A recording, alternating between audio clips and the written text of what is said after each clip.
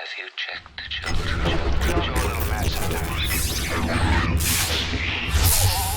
Hi, I'm Chucky. Wanna play? Sometimes that is better. You're gonna need a bigger boat. Bevenidos Fright fans, welcome to the horror show. You got Jaime and Fuego here with a special Roundup video that is covering the recent Chattanooga Film Festival that they actually shifted to doing virtually for the first time, and all of you know why, because the state of the world has changed drastically in the last few months. So as opposed to a postponement or, God forbid, a cancellation, they decided to forge forward, and it was very cool formatting actually for the stuff that I actually got to see. It was live and streamable through either press or through a separate link where you could purchase tickets by the day, or through the Memorial Day weekend, which is when this was actually featured. There was also some Q&A stuff with various peeps like Ice-T talking about his Survive the Game film. McGarris did a Q&A. I didn't get the chance to check out any of those, unfortunately, because I caught wind of all of this late in the game, but I did want to mention a few favorites of the fest that I actually got to check out, and starting with Scare Package, y'all. Yeah, Scare Package is one that had been on our radar here at the horror show since we actually checked out the trailer for it a few months ago, and it was as goopy, gross, great as I was expecting it to be. You've got a bunch of different segments that we're not really gonna give like full spoilers or like a full-on review, at least just yet, because it's gonna be on Shudder June 18th. But needless to say, this one was hilariously meta, and you will see some familiar faces and some hilarious segments, including one that takes place in the woods and spoofs so many different kinds of horror films, and it was possibly my favorite segment, but definitely one to have on your radar. It will be on Shudder June 18th. And then the second one I have to mention is actually a Brazilian film that was making its world premiere, and that is Skull the Mask. And this one I'll at least go into a little bit more detail about. This was a schlocky slasher, but yet in the same way it had some interesting mythology behind it, and it wasn't as goofy as I was kind of thinking it to be. So essentially, back in this was in the Amazon, like around the Amazon like basin area, if I recall correctly, or at least along the Amazon River, post World War II. You have this ritual that goes down with basically this person being sacrificed, and there is a mask that is made, and so afterwards it flashes forward to present day, and you're down in Sao Paulo, I believe is the proper pronunciation if I'm not butchering the Portuguese, but yeah, so lo and behold, this mask is unearthed in an excavation, and it is taken by this woman back into the city to be put into this museum. However, its power becomes evident very quickly when the woman who is one of the curators at this museum, her girlfriend basically is drawn to the package that it is housed in, even though she warns her. She's like, no, you're not supposed to look at it, can't do it.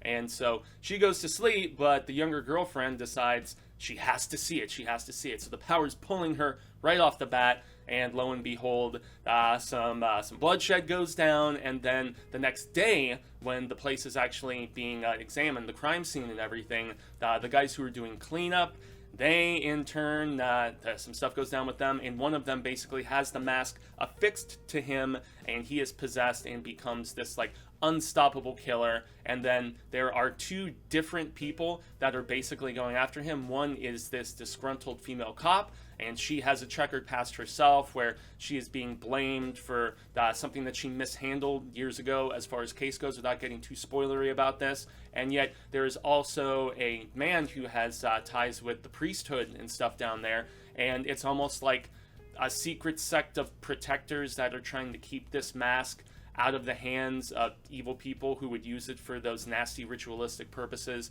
the summoning of great nasty power that I talked about at the beginning of this, that we see start the film. And so the both of them they're not working in correspondence. They're both like separately trying to track this killer who is going around town, and there's some bloody deaths, I gotta say. And there's one in particular in a dance club that's where the schlockiness comes into play. There's another one with a kissing couple that's pretty grody and stuff. So the kills and the gore are good, but the problem with this one is that it's a little convoluted. The character development isn't quite what I was hoping it to be, but the mythology and the setup was pretty fascinating, and the conclusion was pretty satisfying. So Skull, if you are cool with subtitles, and especially seeing a foreign approach to the slasher genre and just horror in general, this is one you need to keep on your radar as well. Skull, The Mask, we don't have any information about when it will be released, but just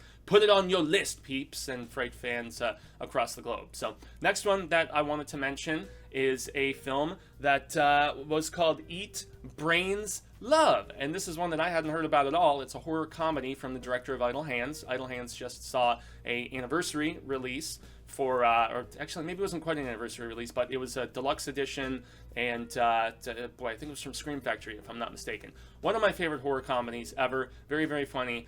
This one, not so much. Didn't quite do it for me. So setup basically is that there are zombies throughout the world, but they are government contained. So they basically just pop up here and there, and usually the outbreaks are extinguished with the quickness. And lo and behold, this slacker guy who has a crush on the lead cheerleader, they both find out at the same time that they are zombies because of the fact that they chew up a good portion of their classmates in the cafeteria. And then they go on the run like Bonnie and Clyde style, and they are just going cross country trying to find what they presume to be either a cure or like another cell of zombies in the Midwest. And the interesting thing is that it's kind of an iZombie self-aware sort of approach to this. So like they have a desire to eat, but they can suppress it at times, especially if they're eating smaller animals and stuff. Like there's at one point they pick up a rat or a mouse, or I forget what the hell it is, and like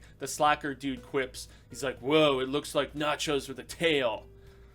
Yeah, that's the kind of humor that we get here. Not all of it works, but it does have good gore, and I mean, performances are okay, I guess. The best, actually, is the fact that there is an angle with these kind of psychic telepathics that are tracking the zombies, and this one lead girl in particular, who is our corresponding lead lady, is a chick that I had seen in Happy Death Day to You. So she was one of those classmates, the short little mousy one with the half-fro kind of thing going on, who was helping out with just crunching all of those numbers and trying to find out the time travel sequence and anything. She plays our little psychic prodigy, and she has a link with the slacker dude, and she's really good, actually. She's charming and she's fun, but the fact that it turns into kind of a love triangle between her, the cheerleader, and Idiot Face, who's just, he's not really the lovable sort that he's supposed to be. I think he's kind of derpy, and so I don't know, some of the humor does land, and the way they go about the people they do decide to eat, like they're going after sex offenders and stuff like that. So I mean, the writing is kind of smart. It was based on a novel, actually, and it does set itself up for future entries. I would imagine that will depend upon, if this gets picked up by like a Shudder or another streaming service, and I would imagine it'll eventually end up on VOD. So while I wasn't the biggest fan of Eat, Brains, Love, there is a possibility that you might be. So finally, the last one that I have to make mention of my personal ones at the festival to toss out, is none other than Fulci for Fake. And Fulci for Fake was a very odd documentary, but informative nonetheless. And there is this documentarian who I believe is also an actor as well.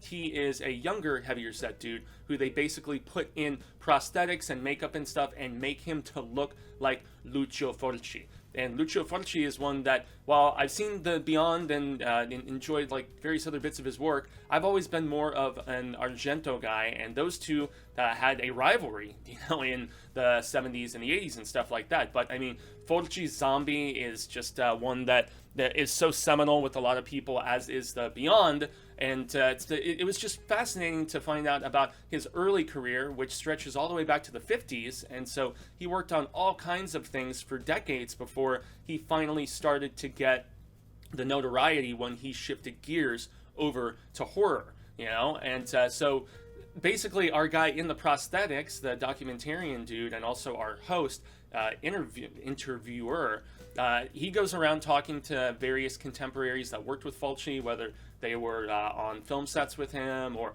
prior collaborators, actors, stuff like that. But they also talked to both of his daughters, one at length, one very briefly, because the other daughter, who is spoken to in just a very short bit is much more resentful of the father in comparison with the other daughter, who was spoken to more at length. And that daughter is, she has like a paralysis, and it's just very sad to see the physical state that she is in, but she speaks with such respect and affinity for her father, and gives insight about just the ups and downs of his personal life. And we also learned the fact that he was like kind of a big womanizer, and that all stemmed from losing his wife at a very young age, and it just kind of springboarded into his inability to love. But that also kind of played into the way he portrayed women and some of the violence in his films. And so it was really a fascinating documentary for somebody like me who doesn't know as much about giallo and the Italian horror scene of the 70s and the 80s and stuff like that, and the extent of its influence. I mean, I know some, but it's not a genre that I've done as much of a deep dive into because I'm less into the slasher genre. As I've said on here countless times, I'm more into, you know, creatures and things of that nature. But yeah, Fulci for fake, whether you're a seasoned fan of his work or whether you're a little bit more on the noob side, like I will admit that I am. I've only seen a couple of his films.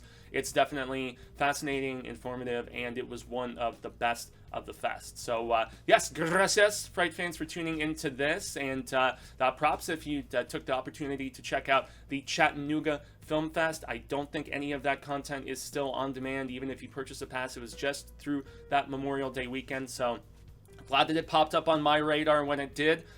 So yes, the ones, just to give you the rundown once more, keep an eye out for Scare Package. It will be on Shudder June 18th. It's a great anthology. Skull, despite some problems here and there, it was a solid slasher, and it's good to see those coming from a different area of the world. Skull, The Mask, it is from down in Brazil. And then we had Eat Brains Love, which, while I wasn't the hugest fan of it, if you're into kind of that the derpy horror comedy, you might find some interest there.